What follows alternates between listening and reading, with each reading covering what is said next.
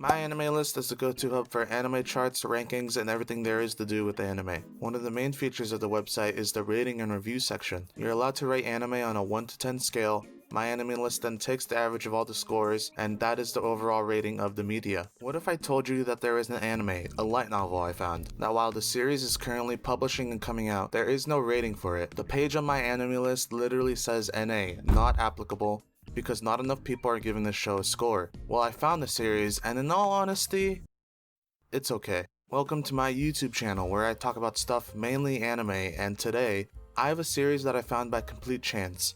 I was scrolling through my online bookstore and it caught my eye for no reason at all, and I searched up the MAL entry. Turns out, no fucking score. I think the idea that there is a story that's been published for a little bit and that there's no rating, no reviews, no anything to gauge whether I'd like it or not intrigued me more than the idea of the actual plot. I acted on an impulse, much how I purchase all my manga and things, and started reading it. As far as I can tell, there really is no reason this light novel should be unrated. It's your run-of-the-mill, harem-like fantasy story with an interesting world and overarching mystery. I went on YouTube and searched up the name of the series, and nearly nothing popped up. Nothing about it screams to me that this is an underground, unknown light novel, but that aside, let's get down into the specifics about it. Alan is a man, a Giga Chad even. He graduated second in his class in the Royal University, with first place being accosted by his best friend. He is unable to land the job he wants right out of school, so he gets quote-unquote tricked by his professor to go take a tutoring job, teaching a duke's daughter magic and combat and everything else needed to get into the Royal Academy. The kicker is that the daughter of the duke has never once cast a magic spell, and with only 3 months of study and training before the Royal Academy entrance exam, there is much that needs to be done. Those are the bare bones of the start of the plot, and once I figured this out over the first bunch of pages, it quickly went through the daily lives of what their training was like. It was also where I figured out that the MC was a jokester and a handsome hunk.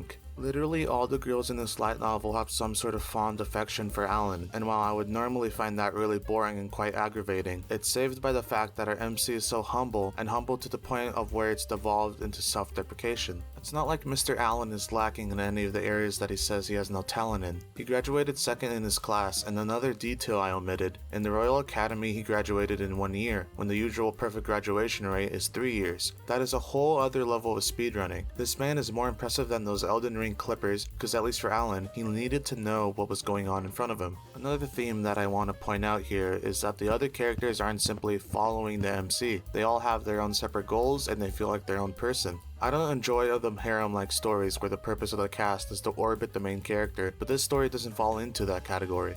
The girls in the story are top of their generation mages, able to fend for themselves, and from what the MC has said, much more powerful than he is. I guess the only field Alan is advantageous in is his extent of knowledge when it comes to spell making and everything to do with the fundamentals of magic itself. I think another great aspect about the story is the overarching mystery that shrouds our characters and their world. It's about ancient magic, and with all the magic the story introduces us to and describes them as elementary to supreme spells, it makes you interested in how grandiose this mystery must be. One final remark, a compliment for the author. The style of writing and the language used fits the world almost perfectly. The manner of speech of the characters and Alan's inner monologue make for a very immersive experience. Those are about all my thoughts on the story as a whole after reading a couple of the volumes, and as I said at the beginning of the video, it's okay. But in favor of the story, there really should be no reason there aren't many people scoring this yet. This story may be popular in Japan, but as far as I can tell, it hasn't made an impact in the English anime community. If I were to score this story, it earns an 8 in terms of enjoyability. I can read this and crack up at the nuance in the MC's speech and thoughts. The action is made out to sound spectacular, and I'd love to see those scenes animated. If I were to score this story out of objectivity,